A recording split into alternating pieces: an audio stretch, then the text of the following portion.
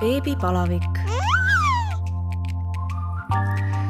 Tere tulemast kuulama Õhtulehe podcasti Beebipalavik. Mina olen saatejuht Katariina Toomemets ja täna on mul hea meel oma külalisena tervitada Kristi Saaret, kellega me räägime rahast, lapsevanemlusest ja rahast.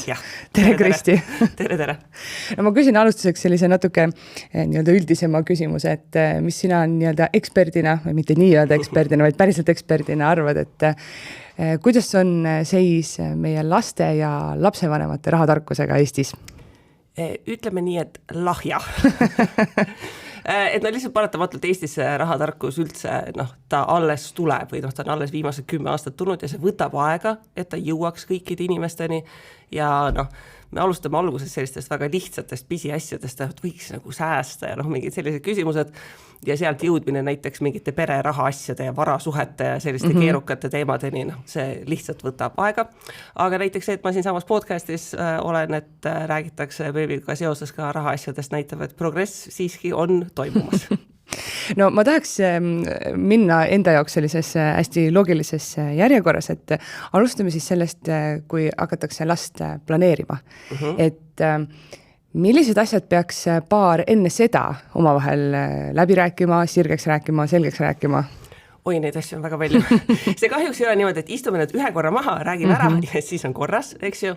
Et tegelikkuses selle lapse planeerimise koha pealt, esimene küsimus on üldse see, et enne kui neid lapsi hakata planeerima, et need lapse vanemad, kas nad on kooselus, kas nad on abielus, kas nad on niisama elukaaslased, et inimesed kuidagi unustavad ära, et kõik varasuhetega seotud otsused tuleb juba enne ära teha ja Eesti seadusandluse järgi elukaaslased on 2 võõrast inimest, kellel ei ole üksteise ees sisult mingeid kohustusi peale nende, mis nad on eraldi kokku leppinud ja kui seda last planeerida, siis tõenäoliselt seal valemis üks nendest partneritest koju jääb ja võtab päris suure sellise karjääri ja finantsilise riski ja üks esimene küsimus ongi see, et kui me seda last koos siin saame, siis kuidas meil omavahel on ära jaotatud kõik need riskid, et see tundub inimestele mõnikord üllatav, et ma olen poliitiliselt väga liberaalne, aga näiteks mina poleks kunagi kaalunud laste saamist ilma abieluta. Et, ja see on nii veider, kui inimesed mulle sellist asja ütlevad, ma ei tea, et see abielu on nii selline suur pühendumus või leping või nii suur asi ja siis ma mingi laps 18 aastat garanteeritud ja sealt veel edasi ka sellega võrreldes abielu on palju vähem siduv. Nii et enne kui seda last planeerima hakata, siis tasuks mõelda selle pealt, kas me selle lapse saame siis olles abielus või registreeritud kooselus või me saame selle lapse elukaaslastena ja kui te saate selle lapse elukaaslastena, siis on oluliselt rohkem asju vaja ükshaaval läbi rääkida. Et selle abiellumise pluss on see, et mingid otsused tulevad automaatselt. Need niimoodi on, need kuuluvad mulle, need kuuluvad sulle, see on väga selge. Elukaaslaste puhul ei ole mitte midagi selge, nii kaua kuni see ei ole kokku lepitud, ära registreeritud, allkirjad all ja sa võid suuliselt igasuguseid asju kokku leppida. Kui vaidlemiseks läheb, siis suulistest kokkulepetest on üldiselt suhteliselt vähe kasu. Aga eks see kõige suurem küsimus selle lapse saamise puhul ongi see, et üks vanematest jääb koju. Kui vaatame statistikal otsa, see on tõenäoliselt naine. See küsimus, et kui ta jääb koju, kui pikaks ajaks ta jääb koju. Et vanema hüvitis katab meil see suurusjärgus 1,5 aastat, eks ju. Aga sealt edasi, ei ole üldiselt niimoodi, et see 1,5 aastat kukub ja siis kohe on olemas see sõimekoht või lasteaia koht, kuhu minna ja et siis see laps on imeliselt kogu aeg terve, nii et see lapsevanem saab minna täiskohaga tööle, et tihti seda kodus olemist pikendatakse ja küsimus on siis selles, et mille arvelt seda pikendatakse, et kuidas see rahaliselt see koormus on jaotatud, kui kauaks seda pikendatakse, mis hetkel see partner, kes on kodus tööle läheb ja näiteks see sama küsimus, et kui ta tööle läheb ja laps on haige, kumb vanematest on siis lapsega kodus, et õiglasem oleks selgelt see, et kodus on see vanem, kes lapsehoolduspuhkusel ei olnud. Eks? Et ta natukene tasakaaluks, et tema ka annab oma karjäärist mingi tükikese, et need on sellised tõesti suure mõjuga asjad, sest et see partner, kes jääb koju, võtab lihtsalt väga suure finantsriski, väga suure karjääririski ja mis on salata ka väga suure terviseriski ja on täiesti mõistlik saada pilt selgeks, et aga kui midagi võib-olla ei lähe ideaalselt või midagi on keerukas, siis kuidas täpselt me üksteist toetame lisaks emotsionaalsele toele ka finantsiliselt.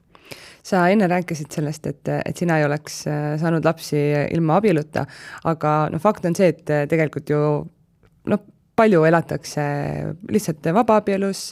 Vabaabielu ei ole mingi asi. Vabaabielu on tühi sõna. No see kõlab fancylt. Ja vaata, aga see ongi hästi petlik, et ta kõlab fancylt, et tegelikult täpselt vabaabielu on täpselt samamoodi 2 võõrast inimest. Ja eks siin ongi see probleem on selles, et mujal riikides elukaaslastele mingist hetkest tavaliselt rakendub mingisugune seadusandlik kaitse. Et sa oledki mingi hulga aastaid kellegagi koos elanud, siis tavaliselt kuskilt seadusest ikkagi mingi punkt tuleb, et okei, et teil on päriselt üksteise ees mingisugused kohustused ja olete kuidagi omavahel seotud mingisugused õigused. Eestis kahjuks ei ole ükski poliitik seda teemat nagu väga ette võtnud, et meil ongi väga see kõik või mitte midagi, et sa oled kas abielus või selles registreeritud kooselus ja sul on sellest tulenev kaitse olemas või siis sa oledki 2 võõrast inimest. Et seda vahepealset varianti meil Eestis ei ole ja see sama terminoloogiline segadus, et oleme vaba abielus, see ei tähenda mitte midagi. Ja kahjuks ongi see, et nii kaua, kui me nüüd kuskil mingid poliitilised jõud ei ärka, et äkki hakkame nüüd elukaaslastele ka mingisugust poliitilist või seda seaduslikku kaitset tekitama, siis tuleb see endale tekitada ise ja tavaliselt lihtsam variant on teha seda läbi siis abielusuhte või see registreeritud kooselu, kui sa seda ei taha teha mingil filosoofilisel või eksistentsiaalsel põhjusel abielu kui institutsioon sulle ei meeldi, siis tehes asju elukaaslastena, siis tuleb kõik asjad ükshaaval läbi rääkida, kelle nimel on laenud, kelle nimel on varad, kuidas me jagame kohustusi, kui me läheme lahku, kes saab mille. Ja mõnikord inimesed ehmatavad, et kui ma teen neid raha, asjad ja suhted teemal koolitama, et nagu enne kokku kolimist nagu oleks vaja ära rääkida, et okei, kui me lahku läheme, miks ma pean seda rääkima? Kuidas saab, et kas sa siis kohe mõtled lahku minekule või? Ei, muidugi sa ei mõtle kohe lahku minekule, aga vaatame statistikal otsa, et see ei ole väike tõenäosus, et sa lähed lahku, eks ju, see tõenäoliselt siiski juhtub. Ja kui sa sellel hetkel, kui sa see teema tõstatad, kui asi läheb kohe tuliseks, et miks sa must niimoodi mõtled või nagu naised on jaganud seda kogemust ka, et mehed on mingid kullakaevajad, et tahavad mu vara endale saada, et nagu sorry, 2-toalises Mustamäe korterisse naine ei ole kullakaevaja, ta lihtsalt tahab nagu mingisugust ratsionaalset turvatunnet, eks ju, kui ta sinuga peret tahab ühiselt hakata üles ehitama. Nii et see arutamise koht ongi see, et mis peaks läbi arutama, siis tegelikult siin on kuid ja korduvaid arutelusid, et miks, mida ja kuidas me teeme. Lihtsalt selline näide korduvast küsimusest, mida mul seal sotsiaalmeedias tuleb, on see, et näiteks ühel partneritest on korter, mis tal on ostetud näiteks kodulaenuga, kus ta elab, ja teine näiteks elab üürikas ja otsustatakse, et kolime kokku.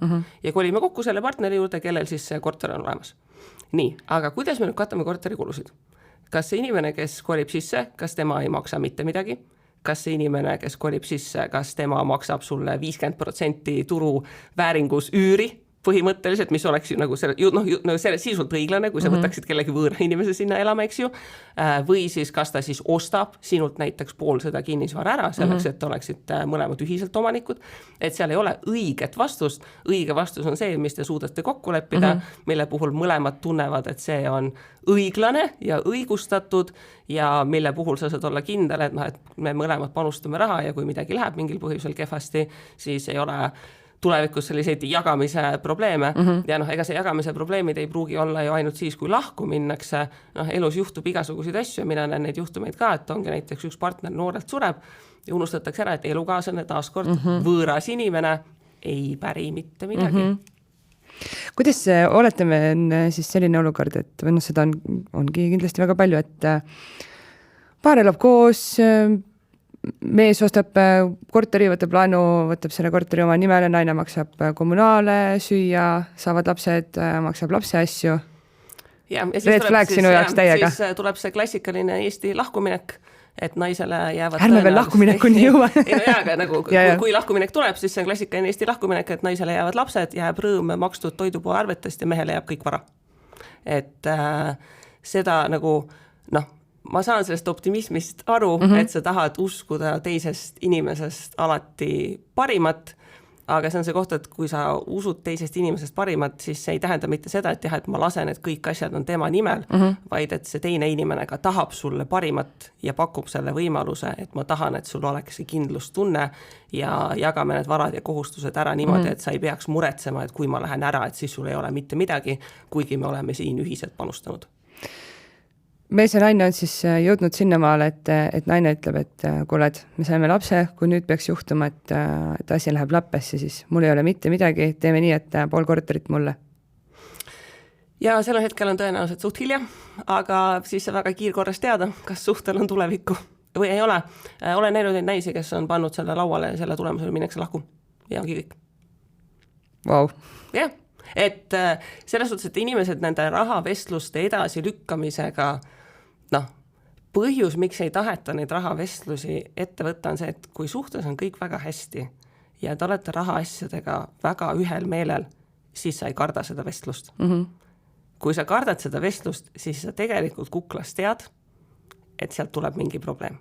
Sealt tuleb mingi reaktsioon, sealt tuleb midagi ebameeldivat ja lihtsalt peidame pead liiva alla, et ma ei hakka seda tule, vaat see võib nii ka juhtuda, et tegelikult on kõik jumala normaalne, aga miski pärast sa ei ole seda ette võtnud. Ja aga seda ei olegi ette võtnud tihti sellepärast, et sellest nagu ühiskondlikku tampi on tegelikult nagu hästi palju, et eriti naiste suunas, et ma ei tea, et mees peab sind nii üleval, kui oled beebiga kodus, mis mõttes, mis asi see on, et ta kasvatab nagu sinu last, eks ju. Et sellist nagu kuidagi halvaks panevat, et üldse kõik sellest rahast rääkimine ei ole viisakas, eks ju, ja kas sa ei armasta mind, et ma ju hoolitsen sinu eest, et hästi palju sellist nagu pool manipuleerivat sellist suhtekeelt on seal tegelikkuses ja seda sama lauset, et ta tahab mu raha endale saada, te olete nagu ühine pere, et nagu mis nagu ta tahab minu raha endale saada, et ühine pere, ehitate ühist elu, see kontseptsioon, et on nagu mingi minu raha, on nagu veidi veider sellises situatsioonis, et kui tegemist on inimesega, kellega sa plaanid ülejäänud elu koos olla, teil on ühis lapsed, keda te kasvatate, see on mingi minu raha, ei käi ju nii.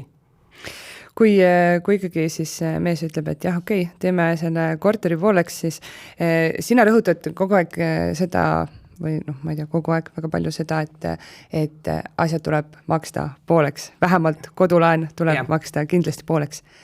Miks? Oletame nii, mees saab palka 5000 eurot, naine saab palka 1000 eurot, kodulaen on võib-olla 1000 euri, muud kulud on 1000 euri, kui me selle kõik strictly pooleks jagame, siis on näha, et naine maksab selle 1000 euri ära, tal ei jää mitte midagi, eks ju. See kulude jagamine suhetes lähebki väga ruttu, väga keeruliseks, et kui inimestel on sarnased palgatasemed, siis on arusaam sellest, et kuidas me elame, ka väga lihtne, mingite asjade pooleks jagamine ei ole keerukas. Kui me räägime kulude jagamisest, siis kui see pooleks maksmine, eriti nagu kodulaenu puhul on see, kui me räägime elukaaslastest, siis kui mõlemad ei ole maksnud võrdselt, siis kui on mingi lahkumineku situatsioon, siis see pool, kes on maksnud rohkem, võib täiesti pahatahtlikult lükata ette, et aga mina olen see, kes on panustanud, me müüme selle kodu maha, aga sa ei saa sellest poolt, sest et sa ei ole poolt maksud. Kui me räägime jooksvatest kuludest, eks ju, see, et üks maksab rohkem, teine maksab vähem, ei ole see, et tagantjärgi mina maksin rohkem nagu toidupoes ja sina maksid veidikene vähem, et me räägime ikkagi konkreetselt varadest, mis jääb alles.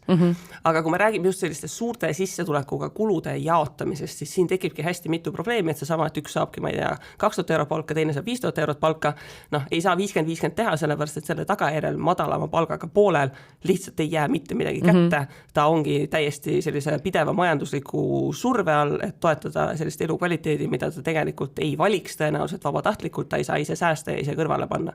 Et päris 50-50 kõikides kuludes saab teha siis, kui on kas sarnased sissetulekud või elatakse madalama sissetuleku poole elustandardi järgi. Et ei ole niimoodi, et kuule, et mina jaksaksin kodulaenu maksta ja ostame nüüd nagu penthouse'i kuskil kesklinnas, eks ju, ja siis sul ei jäägi ühtki senti kätte. Et siis eladki võib-olla mingisuguses lihtsamas ja rahulikumas kodus. Nii et see kulude jaotamine tõesti on väga keeruline selle koha pealt, et kas lihtsalt kõik kulud 50-50, kas me maksame kinnisvara 50-50 ja muud asjad mingisuguse teise osakaaluga või me jagame ala jooksvad kulud, laste kulud pooleks, aga näiteks luksuskulud, et ma ei tea, läheme soojale maale reisile, selle maksab see pool, kellel on rohkem raha, sest temal lihtsalt on see võimekus seda teha. Ja ega need kokkulepped ei teki taaskord ilma arutamata, eks ju, et keegi peab selle teema tõstetama ja see kulude jagamine läheb eriti keerukaks või need kohad, kus vigu tehakse, kipub olema siis see, et kui me räägime sellest, et see lapsehoolduspuhkus, sa saad vanema hüvitist, eks ju, nii kaua, kui vanema hüvitist saad, siis mõlemal poolel on nagu oma sissetulek, kuidas panustada, kui vanema hüvitist saab läbi, mis saab siis? ja siis hästi levinud lahendus on see, et see partner, kes on kodus, tema lihtsalt sissetulekut ei ole, eks ju, ja see pool, kes käib tööl, tema maksab kõik kulud. Ja siis tekibki see probleem, et tema ütleb, aga mina olen maksud ja sina oled siin niisama muidusööja olnud, eks ju.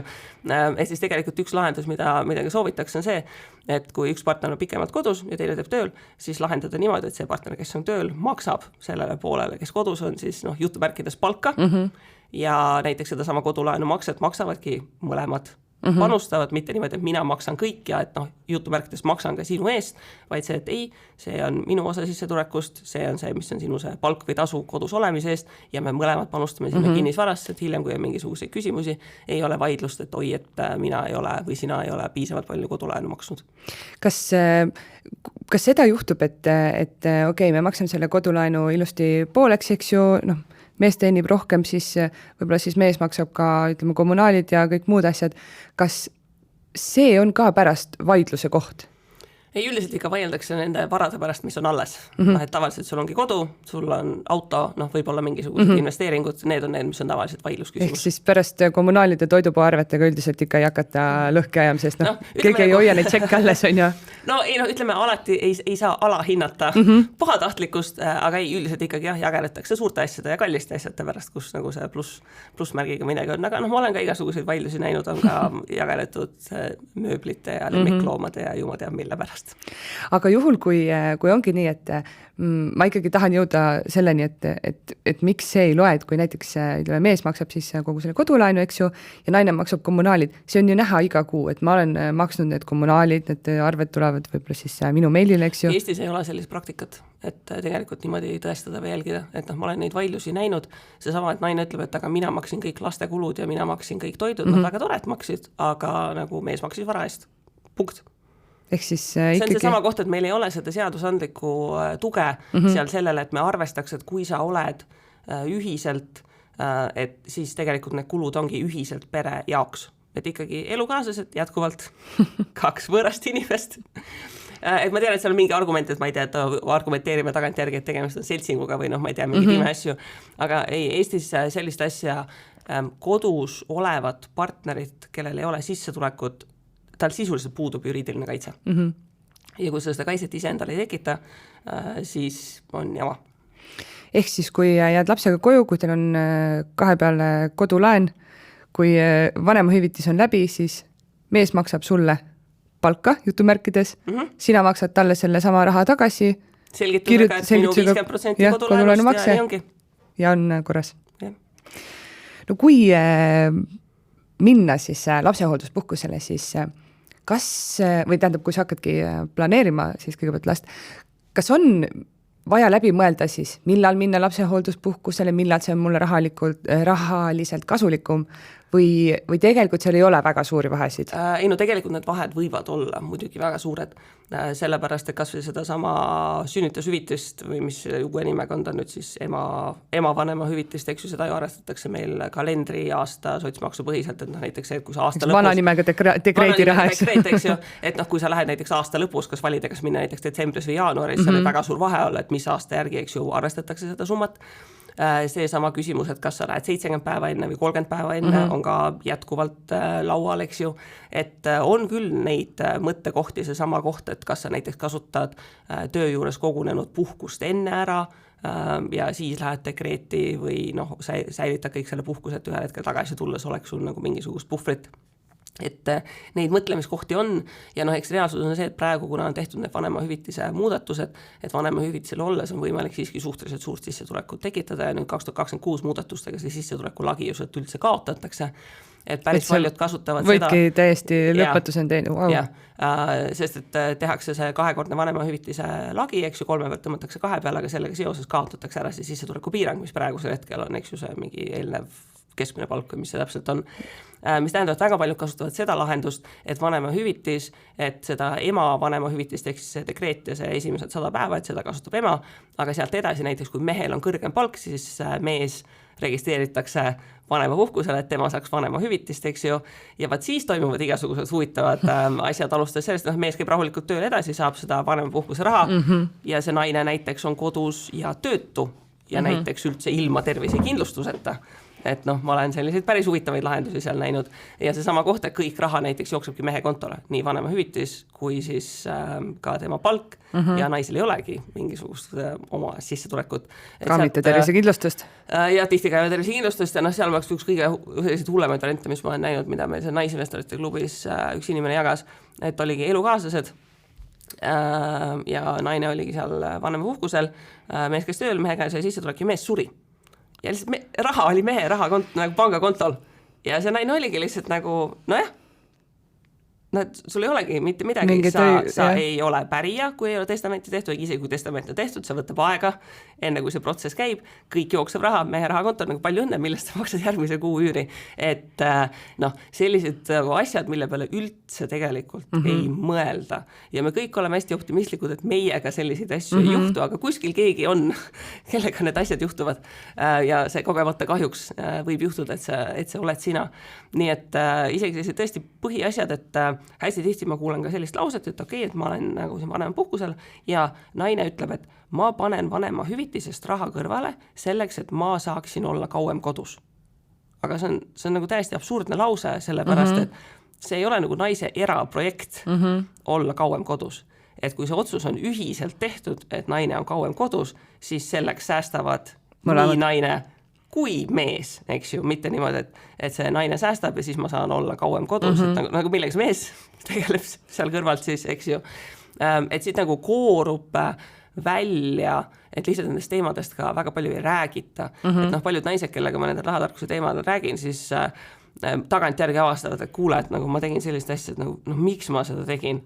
Et nagu, mida ma mõtlesin, et nagu ma ei olnud nagu üksikvanem, kes peaks nagu muretsema kõikide nende lapsega seotud kulutuste pärast, et noh, see sama koht, et okei, saame lapse, laps sünnib ja siis kui palju naisi on öelnud seda, et noh, et aga mul mees ütles, et mina pean ostma kõik lapse asjad, sest et selleks ju vanemahüvitis ongi. Ei ole. Vanemahüvitis on naise selle sissetuleku kompensatsiooniks, lapse kulutused, et see turvahäll ja käru, seda ikkagi ostavad partnerid ühiselt, eks ju, mitte see ei ole ainult nagu siis selle naise kohustus. Et mingid selliseid veidraid asju aeg-ajalt ikkagi lekib, mis inimestele on kuskilt nagu jäänud sisse, et nii oleks normaalne. Tegelikult ei ole. Millal oleks siis kasulikum minna lapsehoolduspuhkusele? Ütleme selle dekreet, mis iganes ta uue nimega, mitte kellelgi ei ole meeles.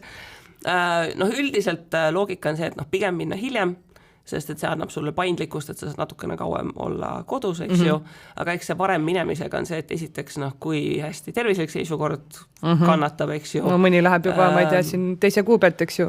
Ja, et see sõltub ka sellest tööst, eks ju, et kui see töö ongi nagu mingi füüsiliselt raske töö, noh, sa ei saagi seda, eks ju teha, et osad lähevad üldse läbi haiguslehe, aga on ka see, et noh, kui läbi põlenud sa oled, kui palju sulle see töö meeldib või kui palju see töö ei meeldi, et see on selline natuke isiklik otsus, et noh, tavaliselt need, kes on ettevõtjad, vabakutselised, nemad kipuvad varem minema palgatöölt, noh, pigem minnakse hiljem, aga noh, see paar päeva siia-sinna nagu ei mõjuta, aga noh, see kuu aega pluss miinus, et noh, eks see on ka see mõttekoht, et kui sul on kodus vaja remonti teha ja et beebituba veel valmis saaks, et noh, siis võib-olla minna parem.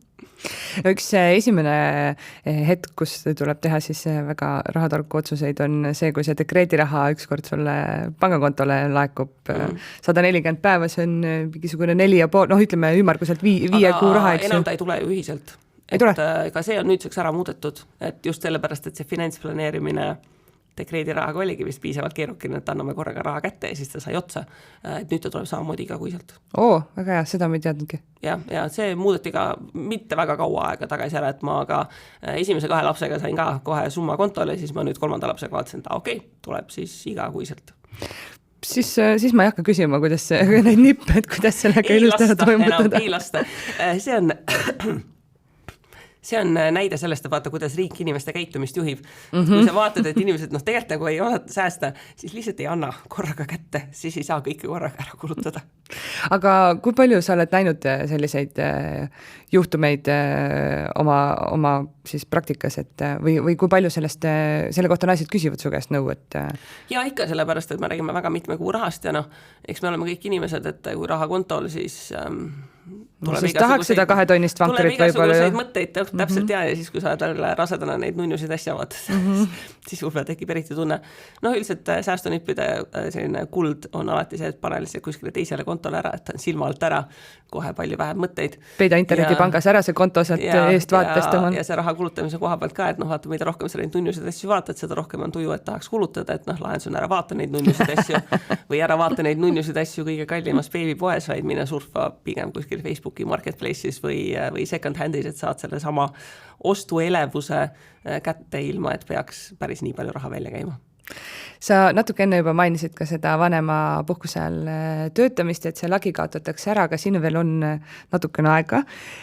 Kui veel praegu keegi vanema puhkusel töötab, siis milliseid nippe seal peaks võib-olla jälgima või mis asju jälgima, et tõesti kõik summad oleksid õiged ja pärast ma ei tea, tulumaksu ei peaks maksma juurde tuhandetes eurodes. No asi pole isegi tulumaksu juurde maksmises, vaid asi on siin puhul selles, et kui sa ületad seda piiri, siis sa pead vanema hüvitist hakkama tagasi maksma.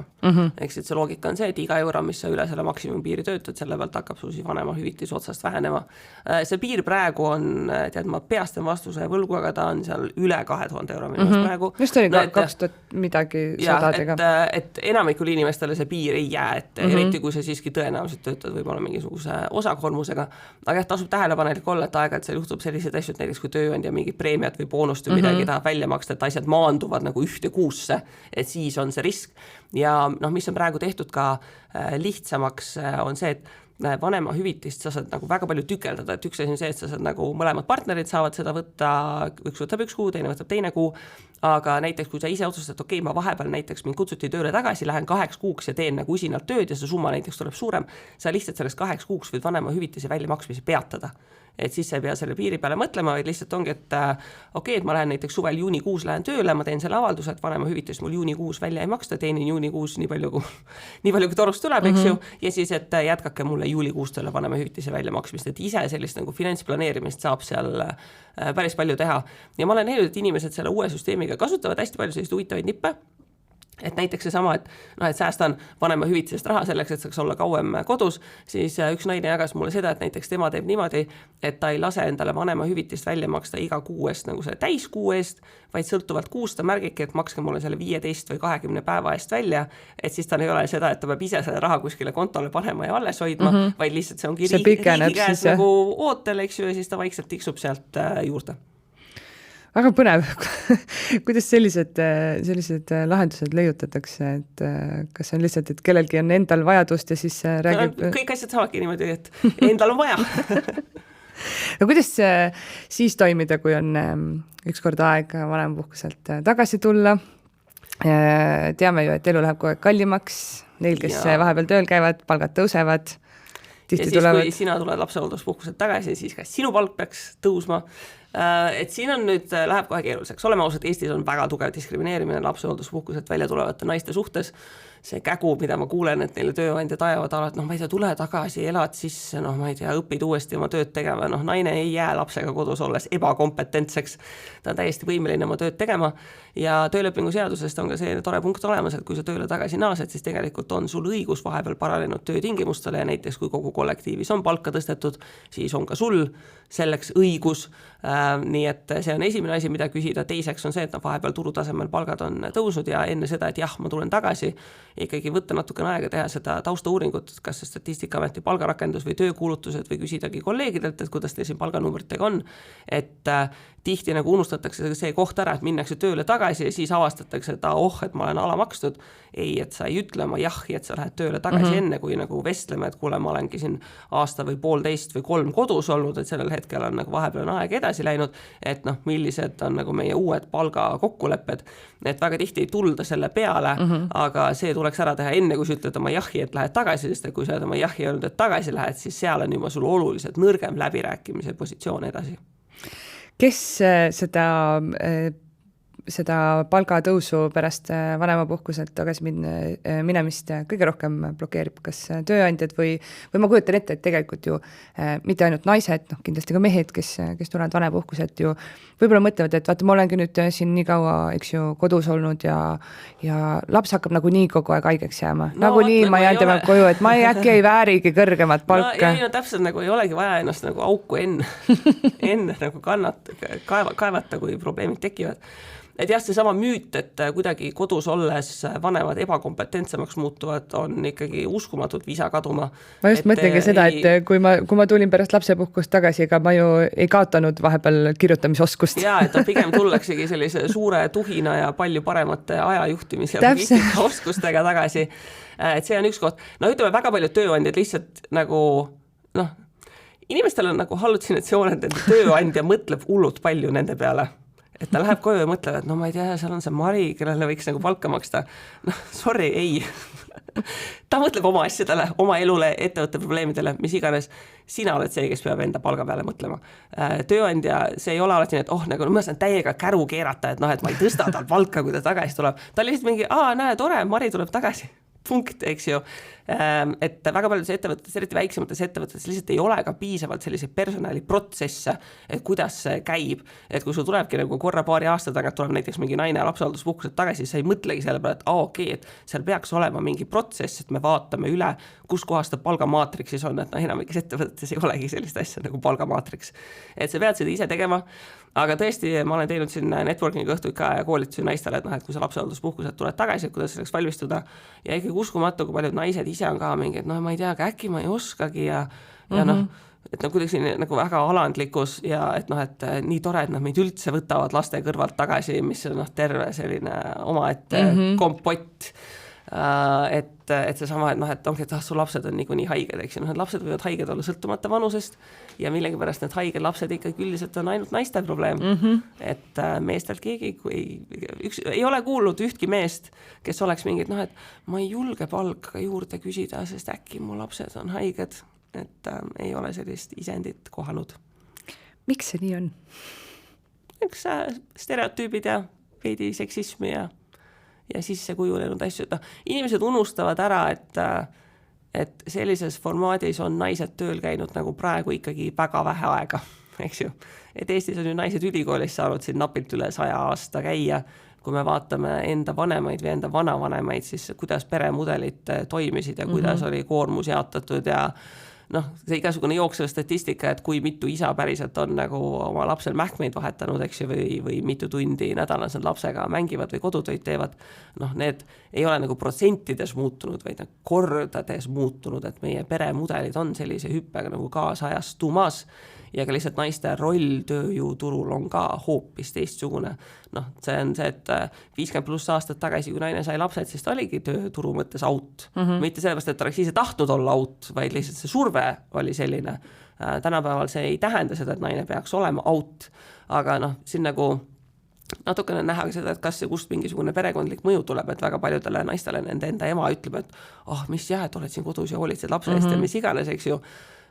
Need kaks asja ei välista üht-teist, et on võimalik kasvatada last ja on võimalik käia tööl. Kuidagi mehed suudavad, ma usun, et naised on ka väga võimekad ja saavad selle sama asjaga hakkama. Aga see sama eeskuju jagamine, et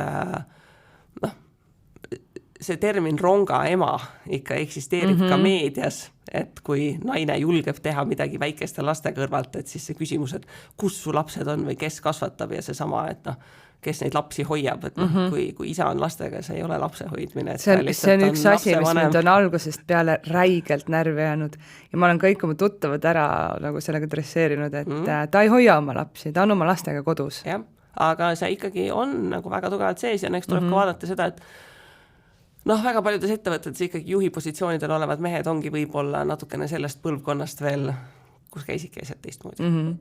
Et olen ka elus kohtunud mõne meesterahvaga, kes on uhkusega öelnud, et mina pole ühtegi mähet oma lastele vahetanud ja siis ma mõtlen, et issand, kui piinlik avalikult öelda, et see on nii halb mees oled. Ja nende jaoks see ei ole märk, et sa oled nagu kasutu isa olnud, et nende jaoks mingi, et ei, et see ei olegi minu asi. Et ühesõnaga ühiskond muutub kiiresti ja ühiskondlikud protsessid ja arvamused, nad ei tule lihtsalt piisavalt tempokalt järgi, et see sama arvamus, et mida ja kuidas naine peaks tegema ja kuidas peresuhted, rahaasjad, mis iganes on jaotunud, see teadmine ja arusaam ja praktika on väga erinevad ja väga erinevad ka lihtsalt tutvusringkonniti. Et mina enda tutvusringkonda vaatan, siis mitte ühelgi naisel ei ole karjääri jäänud laste pärast seisma, aga neil ongi kõikidel väga normaalsed mehed. Kuidas sellega on, et näiteks üks mu tuttavist pärast, tal on 2 last, teine sai just natuke üle aasta, hakkas tööle kandideerima ja ütles, et pärast mingit töövestlust ütles, et issand, nii normaalne, et ei küsitudki laste kohta üldse. Et kui palju sa selles osas pead nõustama, et kui pikki aastaid on juba keelatud tegelikult, et sul ei tohi küsida ei laste, ei perekonnaseisu, ei igasuguste usuliste kaalutluste ega orientatsiooni ega jumal teab mille kohta. Aga seda tehakse inimesed vastavad, tuimalt, jäävad ilma töökohast, sest tal on 2 last kodus. Ja siin on nagu väga palju asju, esiteks on see, et mulle väga meeldib, et Tööinspektsioon näiteks sotsmeedias on viimasel ajal väga palju aktiveerinud ja hakanudki väga tuimalt tegema postitusi, et kas tohib keelata oma palgast rääkimist? Ei tohi. Kas tohib küsida laste olemasole kohta? Ei tohi. No et ei mingit keerutamist, lihtsalt nagu ei tohi. Eks selle küsimusega ongi see, et küsitakse sellepärast, et väga paljud inimesed ei julgegi enda eest seista öelda, et kuulge, et see on ebanormaalne küsimus, sest et kui sul on vaja tööle saada ja raha on vaja, siis sa ei hakka sellel hetkel, et see on nagu ebaeetiline, mida te teete, et sul ei ole nagu seda julgust enda eest seista. Reaalsus on see, parim nõuanne lastele, kui sa väikeste laste kõrvalt tööle kandideerid, on see, et peida need lapsed ära.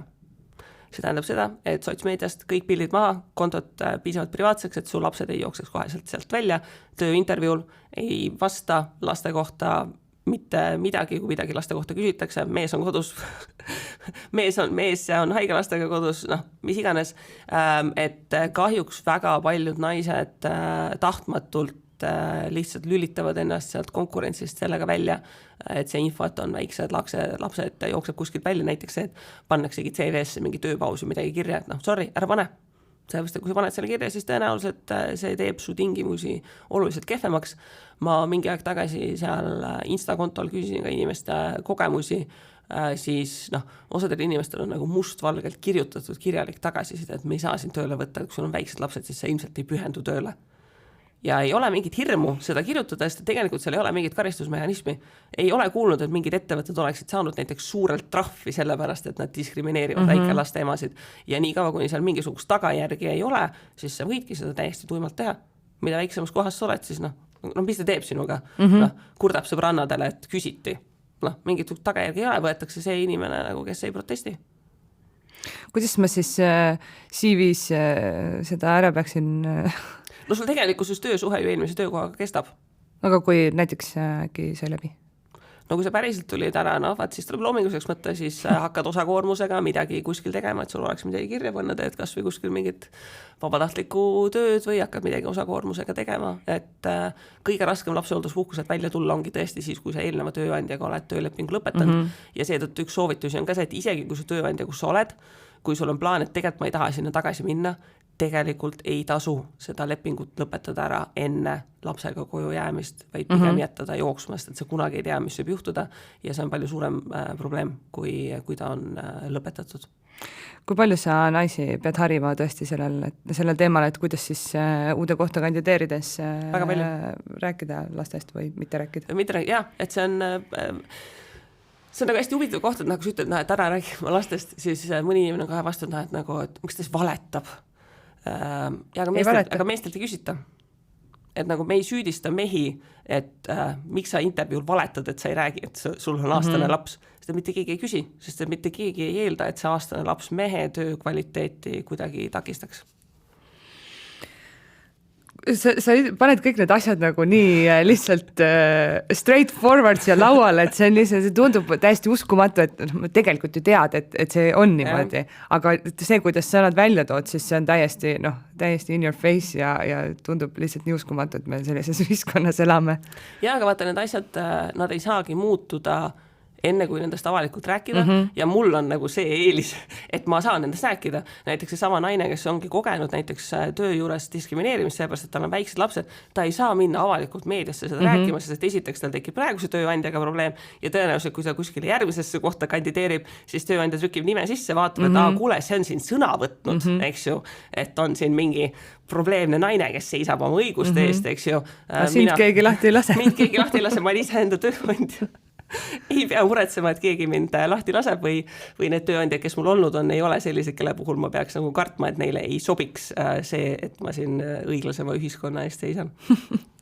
No kuidas, kui me nüüd jõuame siis laste endani, need lapsed on sündinud, vanemad on kõik saanud tööle tagasi minna, kõik käivad jälle normaalselt tööl. Kuidas lastele raha koguda? Kas peaks oma lapsele koguma tulevikuks raha, et tal oleks võib-olla 18-aastaselt mingi raha, et saaks, ma ei tea, korteri sissemaksuks auto osta, niisama reisida, mida iganes või saagu ise hakkama? Ei, see lastele raha kogumine taaskord emotsionaalne teema. No mõned inimesed on mingi, et ei, et ma lastele raha ei kogu, et mina noorena läksin kooli vastu tuult üles mäge läbi lume, las nad ka mulle keegi ei kogunud, eks ju, et üldiselt oma lapsed võiks ikkagi. Aga ütleme, enne seda, kui sa hakkanud lastele raha koguma, hästi, lastele raha kogumine on siin vaata inimestele hästi hea tükk, et ma saan aru, et siin on konto, see on raha, see on lapsele Tegelikkuses kõige suurem kingitus oma lastele, mida sa saad teha, on see, et sa ei jää neile koormaks. Et vahet pole, kas sa lastele teed mingisuguse konto, kus sa raha kogud, kui sa ise enda pensionit ja raha asju pole korda seadnud, nii et lapsel see tulevikus see must pilv on pea kohal, et kui sina jääd pensionile, siis ta peab sind rahaliselt toetama hakkama, siis vahet pole, kas ja mida sa talle kogusid, eks ju. Et number 1 kingitus on ikkagi see, et sa ise ei jää koormaks, mis tähendab sinu enda raha asjad on korras, sinu enda pension on korras, et sa tulevikus nädalavahetusel laps kutsud lapse ja lapselapsed ikkagi nagu pigem pannkokki sööma, mitte ei pea helistama, et kuule, et mul oleks raha vaja. Aga sealt edasi laste tuleviku jaoks, et me teame, et on paar asja, mis siiski väga palju mõjutavad inimeste edu. No üks nendest on haridus, see, et kas ja kui palju sa saad lapse haridusse panustada, nii kooliharidusse, näiteks see, et kui ta on hädas, see, et kas sa saad eraõpetaja palgata või see, et kas ja kui palju laps saab näiteks huviringides osaleda, et sealt kõik nagu see network oskused, kõik, mis sealt tuleb, et jooksvalt see raha kulutamine on üks nendest. Teine asi, mida me finantsvaates tavale inimese kõige suurem netoväärtuse ehitamise samm on see, et kas ja mis hetkel ta saab osta oma kodu. Ja see oma kodu ostmine laias laastus vanemate toetusel tähendab 2 asja, see, et kas vanematel on enda kodu, mida nad saavad siis pakkuda lisatagatiseks, eks ju, sellel esimesel kodu ostul, või kui vanematel on enda kodu ja nad on selle pealt ise elamiskuludelt säästu nii palju, et neil on midagi kõrvale pandud, et nad on aidanud siis selle esimese kodu sissemaksega. Et kui me vaatame andmestikku, ma ei ole Eesti kohta näinud, aga siin näiteks UK kohta oli see andmestik, et kodu omamine on üha rohkem jutumärkides geneetiline, selles mõttes, et kui su vanemad omavad kodu, siis sina omad suurema tõenäosuse kodu, sest et nad saavad sind aidata ja see statistika oli ikkagi, ma ei ole protsendis kindel, aga see jooksis minu meelest ikkagi, et seal suurusjärgus pool noored, kes ostid esimese kodu, neid ikkagi vanemad aitasid taustal. Et see, et self-made täitsa ise kogun ja ise ostun, see lükkab seda ostu ikkagi väga-väga pikalt tegelikult edasi.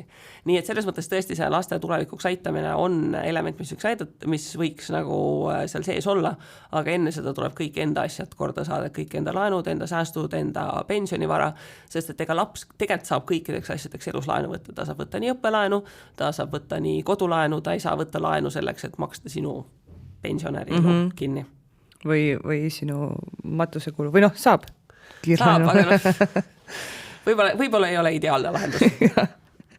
Aga kuidas siis, kui ma hakkan ikkagi lapsele mingit seda nii-öelda sukaraha koguma, sukasäärde koguma, siis kuidas seda oleks kõige mõttekam teha, kas panna ümbrikus kappi, koguda mingile eraldi kontole, teha talle endale konto, võtta mingi, mida pangad pakuvad mingeid neid kogumisvariante. Ja, niisama sukasäärde panna ka muidugi tore, aga kogu investeerimise point on see, et inflatsioon seda sukasääres olevat raha vaikselt närib ja investeerimise idee on see, et see tootlus inflatsiooni ületaks, et selle raha ostujõud ka suureneks. Kõige sellisem tüüpilisem lahendus kipubki olema see, et keegi ei unista siin, et ta lastele mingit meeletut aktiivset portfelli haldust hakkab tegema, vaid valitakse mingi selline 1-2 aktsiafondi ja igakuiselt kas või näiteks sama 80 € peretoetus sinna jooksma pannakse ja ongi kõik. Need panga sellised tooted, noh, ma oleks enda suhtes natukene skeptiline, et üldiselt pangatooted kipuvad minema hästi keeruliseks ja siis sa ei saa lõpuks enam aru, mille eest ja kui palju sa maksad. Et ma arvan, et see panus, et sa ise natukene ennast harid, et neid tehinguid ise teha, et noh, pangad ei paku asju, mida sa ise ei saaks teha ja sa saad ise teha neid palju odavamalt. Lihtsalt inimestel on nagu üldiselt see hirm või aukartus selle finantssektori ees, et okei, ma annan pangale ja pank teeb. Aga seal on probleem, et pank oma selle vahendustasu teenib ära sõltumata sellest, kas sina seda tootlust sealt ka päriselt saad. Nii et seal ma soovitaks ise natuke süveneda. Et selle kohta on väga palju head materjali ka, kuidas laste raha koguda. Aga sealt edasi see, kas teha seda ise enda nimel või lapse nimel, see nüüd läheb ka huvitavaks. Sellepärast, et siin lisaks headele soovidele rakendub ka perekonnaseadusest tulevad piirangud. Jälle need seadused, ja. Kui tegemist on sellega, et lapsevanem enda nimel kogud, lihtsalt mõttes, et okei, see on lapsele, siis sa saad ise otsustada, millal, kuidas, kas, kellele annan üle, eks ju, kas ma annan talle seda siis, kui ta läheb ülikooli, kas ma kingin talle selle pulmaks või esimese kodu sissemakseks, noh, teed mida iganes tahad, eks ju, sul ei ole mitte mingisuguseid piiranguid. Kui sa teed selle asja lapse nimel, siis perekonnaseadusest tuleneb see piirang, et last kaitsta selle eest, et rahast tühjaks teha. Et kui see raha üldiselt lapsele on antud, siis ega ta tagasi ei saa võtta, eks ju.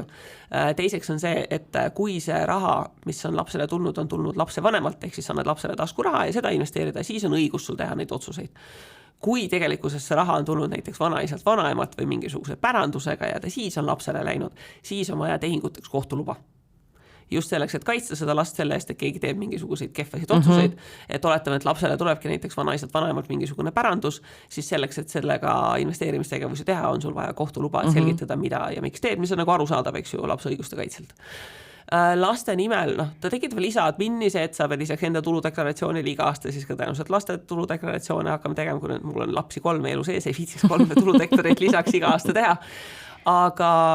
aga noh, näiteks kui on, ütleme, sellised kärgpere lahendused või vanemad on lahus, noh, siis see lapse nimel, tal on nagu selles mõttes jumet, et siis ta on nagu lapse oma lapse nimel, et siis ei pea vanemad oma vahel jagelema, et kas see on minu kontol või minu nimel, eks ju, vaid ta ongi lapse oma ja noh, nii ongi, punkt. Kuidas taskurahaga on, millal, kui palju, mis vormis? Taskuraha üldiselt jah, peaks lapsele andma, sellepärast, et kui me räägime raha kasutamise õppimisest, siis ka kõige rohkem seda saab õppida läbi praktika. Noh, ütleme esimeses, teises klassis tegelikult mingisugune taskuraha kontseptsioon võiks hakata tekkima. Taskuraha puhul, eks ju, tasuks lapsega läbi rääkida, et mis see taskuraha on, milleks seda kasutada, mida vanem laps on, seda rohkem võiks tal olla mingisugust enda vastutus selle taskurahaga, et näiteks, et okei, sa saad taskuraha sellist summat, aga kui sa näiteks korra kuus sõpradega kinos käid, siis sa maksad sellest ise. Et sa ei küsi eraldi raha, vaid sul on see vastutus, et see peab nagu selle eelarve sisse, eks ju, mahtuma. Kui me räägime meie väiksematest lastest, siis noh, esimese klassi lapsele see taskuraha on pigem nagu 2 korda nädalas, sest et tema pikaajaline finantsplaneerimine ei ole seal. Kui me räägime juba gümnasistist, noh, tema võib-olla suudab juba sellise kuuplaanis ka planeerida. Mõnikord küsitakse mult, et appi, et annan lapsele taskuraha ja ta kulutab ära ja ta ei ole üldse huvitatud investeerimisest või jumal teab millest, siis noh, esiteks see on ka nagu õppikogemus, et kulutad raha ära ja siis ta on ära kulutatud ja siis nagu ongi kõik, eks ju. Aga teiseks nagu see, et su 7-aastane ei peagi olema investeerimisest huvitatud, muidugi tore, kui ta on, aga ta ei peagi. Et pigem need sellised praktilised õppetunnid, et sul tekib see taju, et mul on see raha, ta kulub ära, ta saab otsa, see sama koht, et laps kogus raha, ostis midagi ja siis tegelikult talle ei meeldi ja ta on pettunud. Täpselt samamoodi kogemus, mida sul on lihtsalt vaja, sest siis teine kord sa tead, et okei, ma eelmine kord olin pettunud, et võib-olla ma seekord mõtlen natukene kauem. Et see kipub lihtsalt vanematel nagu selline vastukarva käima, et sa pead kannatlikult vaatama, kuidas su laps teeb rahaga täiesti ebamõistlikke asju. Ja siis nagu see optimism, et ma näen ka väga palju täiskasvanuid, kes teevad oma rahaga ebamõistlikke asju, et lihtsalt nii on, tehku seda lapsena, et õpiks ära.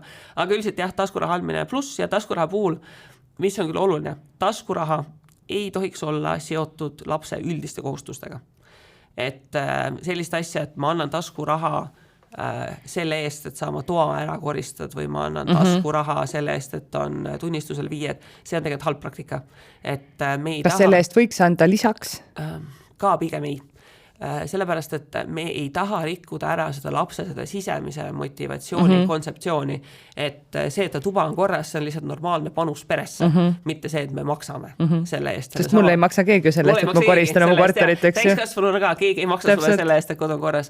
See sama hinnete koha pealt, et, et sa tahad, et laps ikkagi õpiks mingisugusest õpihuvist, mitte nagu see, et ma saan nagu selle summa raha. Lisaraha võib maksta mingit asjade eest, kui näiteks tegemist on mingit asjadega, mida sa ise ostaksid muidu väljast, näiteks laps panustab, aitab vanemaid töö juures või mis iganes. Hea näide on näiteks see, et oleme, et sul on nooremad vanemad lapsed, see, et vanemad lapsed hoiavad nooremaid.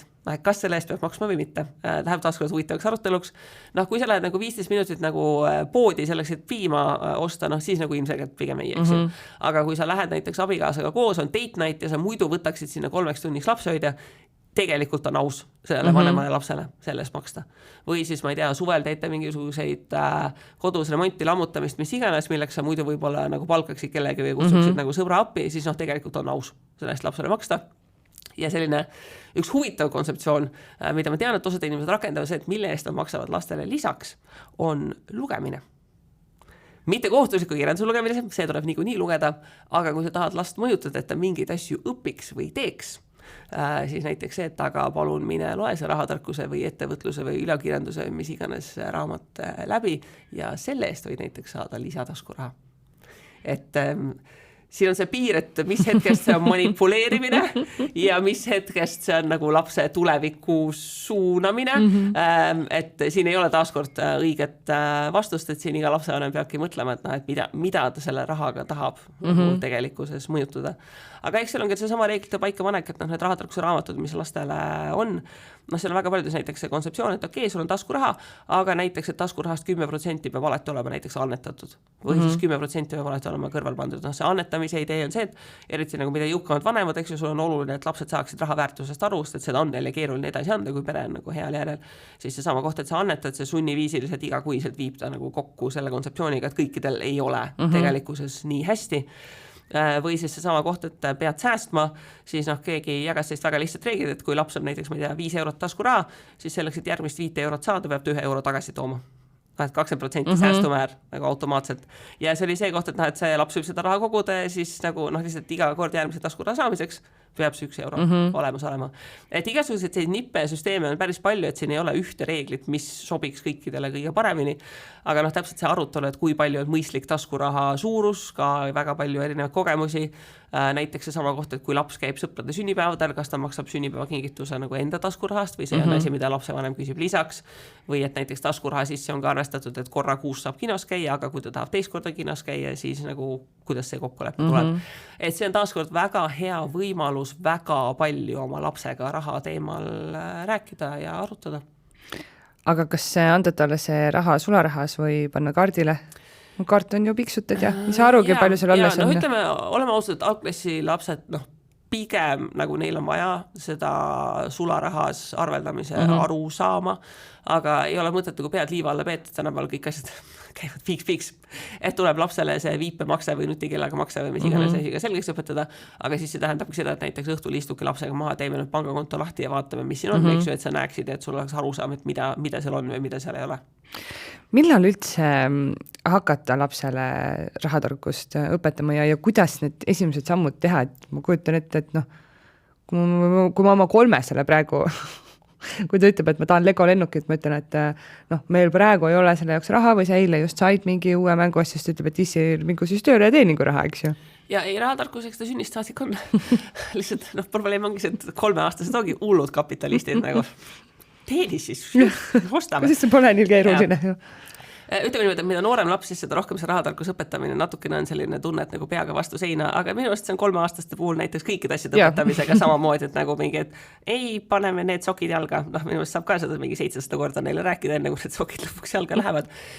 Et see rahatarkuse õpetamise, enda lastele rahatarkuse õpetamise põhiidee on see, et raha on normaliseeritud vestlusteema, et sellest räägitakse. Kas või näiteks sama asi, et istud arvuti taha selleks, et maksta mingit arvet, sa ütlegi näed, et emme maksab praegu telefoni arve ära selleks, et nagu saaks nagu telefoniga rääkida, eks ju. Võid seesama, et sa lähed poodi ja siis validki ühe või teise paki makaroni eest ja näed, et üks on kallim kui teine, et kuule, aga miks sa arvad, miks üks on kallim kui teine, eks ju. Et mingid sellised igapäevased püsivad rahateemalised vestlused, sest et meil on ikkagi all on see põlvkond, kellel on see teadmine, et raha ei ole laste nagu, ei ole sinu asi. Et nagu, ja raha on räpane teema, millest ei räägita ja kõik muud sellised asjad.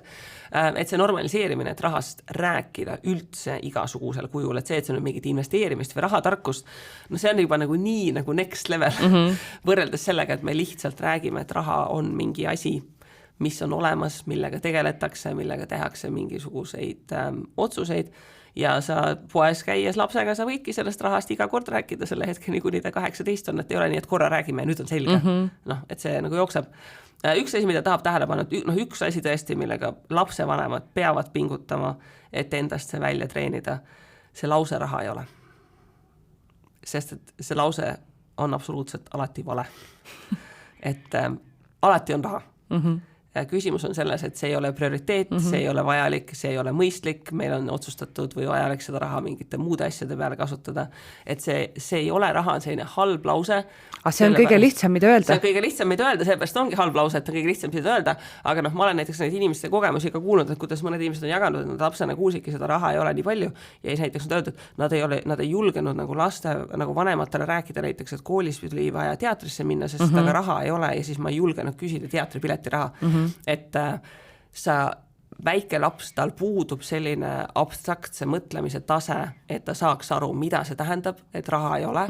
Tema jaoks on see suur ja hirmus teema, mille üle tema võib sinu teadmata väga palju muretseda, et raha ei ole, et tema ei võta seda sellise mööduva märkusena, et raha ei ole, et seda survet ei tasu sinna panna ja kui me räägime vanematest lastest, nemad saavad aru, vanemad millegust arvavad, et lapsed ei saa aru, kas perel on raha või ei ole, absoluutselt saavad, väga hästi saavad, räägivad oma sõpradega, olen olnud koolis 10 aastat õpetaja, uskuge mind, teadsin väga palju perede finantsseisudest, sest et lapsed räägivad, neil ei ole üldse nii palju selliseid nagu neid filter puudub täiesti. Midagi nagu igasuguseid asju sain vanemate rahaasjadest teada, et lapsed tegelikult teavad, nad saavad aru see sama küsimus, et kui perel ei ole väga head finantsilised võimed, sa ei varja seda lapse eest, ta saab aru, ta käib sõbra juures külas, ta vaatab, meie kodu on selline, sõbra kodu on selline, ta saab aru, aga tema ei võta seda sellise halva asjana või sellise, ma ei tea, sellise piinlikkuse tunde või emotsiooniga, nagu võib-olla täiskasvanud seda ise võtavad.